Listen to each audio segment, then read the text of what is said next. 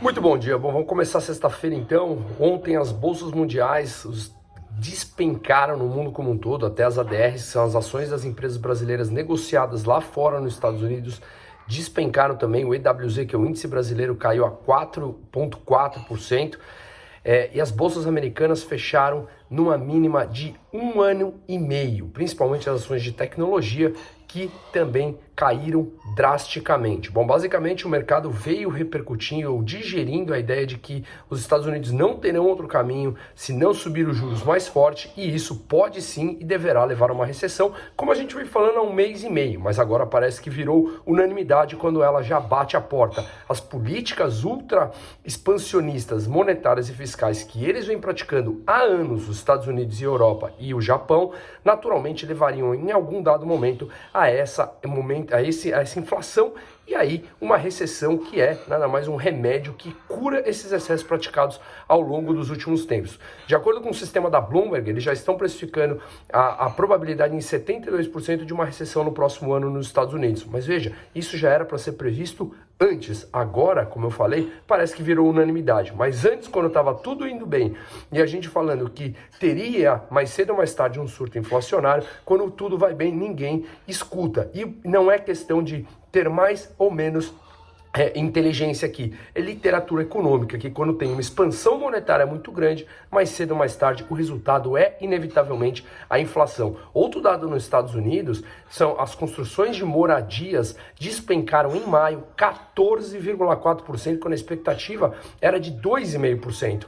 E a taxa de empréstimo, aquele mortgage deles, subiu para mais de 5,70%. Portanto, está cada vez mais caro fazer um financiamento imobiliário com prazo de 30 anos. Foi a maior alta numa semana desde 1987, e o setor imobiliário, obviamente, ele mexe com a economia real, porque a construção civil é um dos termômetros importantes da construção civil. No Brasil também, ontem, no meio do feriado, a gente teve uma discussão forte a respeito da nova alta de diesel e gasolina que deverá vir hoje pela Petrobras. A Petrobras que já está 100 dias sem reajustar os preços dos combustíveis, e lá fora continua subindo. Portanto, a defasagem entre o preço praticado lá fora e o preço praticado aqui está por volta de 20%.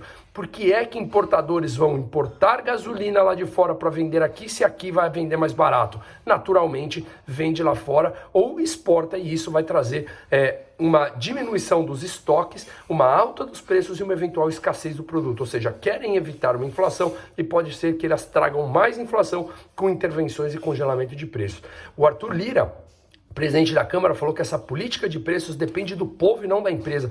Como assim depende do povo? Ela é uma empresa, e se tiver que subsidiar, quem subsidia é o dinheiro do povo, dos impostos, de pagadores de impostos. Isso eleva a dívida, aumenta o risco fiscal brasileiro, desvaloriza a moeda, aumenta juros, e a gente entra naquele círculo que a gente sempre viveu. O Ciro Nogueira falou que deve acabar com os abusos dos lucros. Como assim, gente? A gente continua vivendo com políticas dos séculos passados, com ideias retrógradas dessa maneira. O que a gente tem que fazer é diminuir o risco fiscal brasileiro, como vem fazendo, diminuindo os gastos públicos, e isso é um processo que demora algum tempo. O processo de alta de combustíveis, infelizmente, é algo mundial e não só aqui. E que deve sim, como o Roberto Campos Neto falou, presidente do Banco Central, o ICMS de 17% deve reduzir no curto prazo o preço, mas no longo prazo o resultado é outro. Você tem que sim diminuir o tamanho do gasto público, inevitavelmente. E de novo, isso aqui é um problema mundial que a gente está vivendo.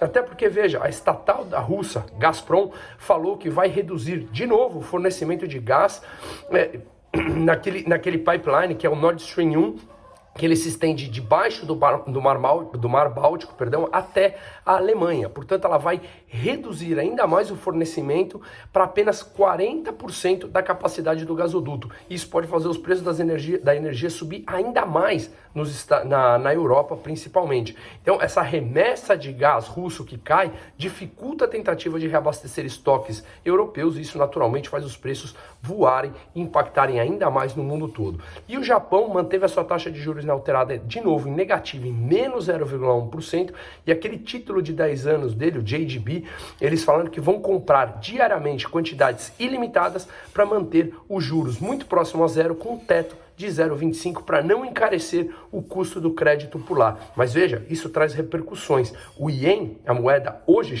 japonesa, já está caindo 1,8% e está na mínima em 24 anos. Só nesse ano caiu 20%, porque o mundo todo tem que subir juros naturalmente e eles continuam intervindo e a moeda vai perdendo valor. Óbvio, porque outras moedas com juros, países com juros mais altos, acaba levando fluxo de capital para lá. Momento complicado, os bancos centrais precisam mudar a página, perceber que parar de intervir dessa maneira é extremamente necessário, encarar uma recessão causada por ações que eles praticaram ao longo dos últimos anos. Uma ótima sexta-feira, vamos ver como a gente repercute aqui o que ontem foi feriado.